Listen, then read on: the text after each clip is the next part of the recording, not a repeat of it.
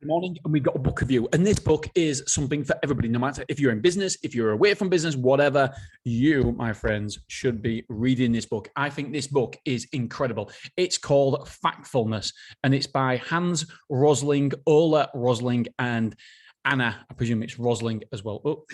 Oh. There we go. No, it's not. Yes, it is. So Hans Rosling, Ola Rosling, and Anna Rosling. The guy who was the main guy behind this, a scientist, unfortunately, he passed away just at the end of this book, which was pretty upsetting. Basically, this book is all about how, if you listen to the news, you'll think that we've never, ever had it so bad.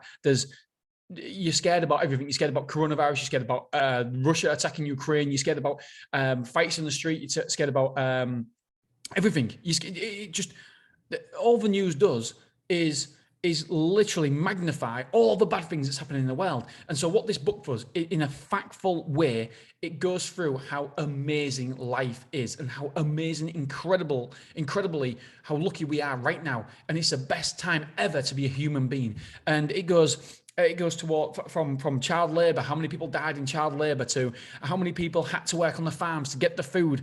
And we had to have 5 or 6 kids because we knew that a third of them would die under 5 years old when they were toddlers. And now we don't have to have so many kids. And the reason being is because, one, they don't die as early deaths in infancy, when they were infants, and number 2, we don't need them to plow the fields to make the food and stuff like that. So it's amazing. And then he goes into climate control. He goes into the population, overpopulation. And he says, no, we'll get to a figure in 1 more billion people in the world, and that's it. It'll level off, and it won't go any higher. And he goes into the reasons and the facts why this will happen. And it's just an incredible book, and it makes you realize how amazing that we have got the world right now. And the problem is, if you listen to mainstream media too much, then it will distort your opinion, and it will make you worry. It'll make you sick. It will make you ill.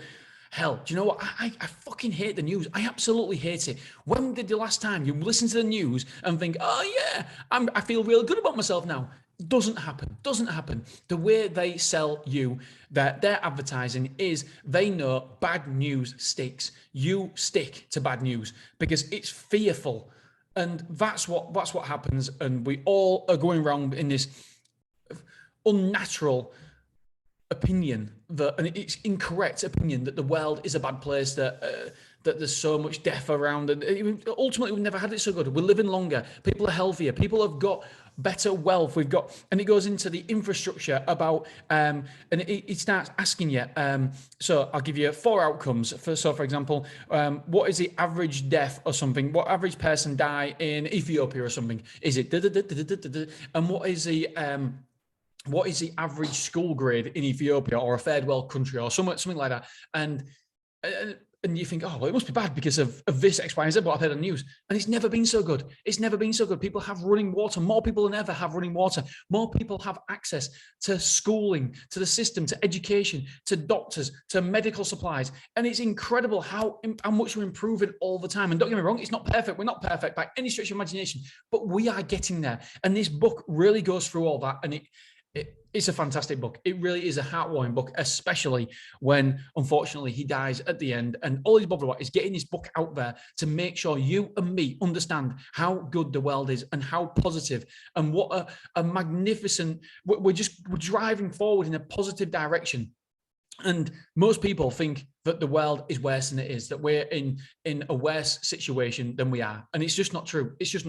And that's because of fucking mainstream media. And yes, they've got a place, but it's wrong. It is absolutely wrong. When was the last time they had a heartwarming story on the news as their headline? It's not. It's either coronavirus, or it's Russia invading Ukraine, or it's some shit like that. It's never good. It's never, ever makes you go, oh, I feel lovely now. Just don't listen to the news. Hack of the year, hack of your life is just, I'm oblivious. People can't believe how oblivious I am to current events. I have no idea what's going on. I don't care about politics. I don't care about who's in charge. I don't give a shit. And people make fun of me all the time because I don't have a clue. I don't have a clue about what's going on with Boris Johnson, with coronavirus and everything. I just live my life. And yeah, I'm stupendously happy. I'm motivated. I'm grateful every single day. And I think an element of that comes down that I don't watch the Southern news. I refuse to watch the news. All right, guys, girls, get the book, Factfulness. It is wonderful. You will enjoy it and you will thank me. Ta-da.